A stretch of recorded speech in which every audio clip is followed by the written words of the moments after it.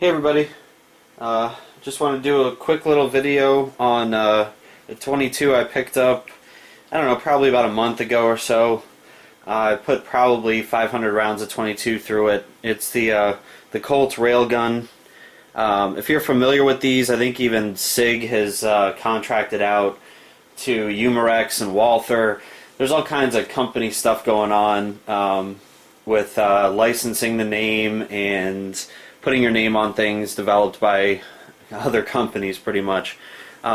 This is the Colt version, the railgun. I like this one. They also have a government model that doesn't have some of these features. This has the lightened trigger, and it's got the skeletonized hammer, extended beaver tail safety.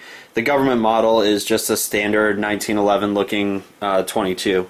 And I kind of wanted this one. It looks a little bit custom, and I wanted the extended beaver tail so I could get higher up on the 22 caliber on this gun. It's also got, a light rail. I don't know who would ever use lights or lasers with this. I consider it kind of just a fun plinking gun. 3-dot sights. Take it out. It's already unloaded, but the funny thing is this slide. You expect it to be kind of heavy like a 1911. It feels heavy. The gun is the same size as a normal 1911, and it has the same heft. It's all steel down here. I think this slide is probably aluminum, but whenever you pull back the slide, it is just so light that it's almost shocking. On the side, it's got Colt Rail Gun, government model, caliber 22, long rifle. It's got the rampant Mustang. It's got an extended safety here, thumb safety. It's easy to engage. After your last shot, it does lock the slide back, just like a 1911. On the other side, it just says Colt Rail Gun, and it's got all this other stuff. U.S. importer, Umarex USA, Fort Smith, Arkansas. Made by Karl Walther, Germany. Licensed trademark of New Colt Holding Corporation. So it's a whole bunch, and there's import stamps over here. So there's a whole bunch of money being made now by Colt and SIG and some other makers by licensing their name and giving it to, it looks like Karl Walther. That company's building it, imported by Umarex, and all the stampings are licensed by Colt. You'll see the same thing on H&K's MP5, developed by Umarex. The same type of language on the firearm. This does have some heft, as I said before, so it feels good in your hand. And I'm going to try to splice in. I did a quick little shooting video with my GoPro with this, kind of like first person view. So I'm going to try to splice that in at the end of this.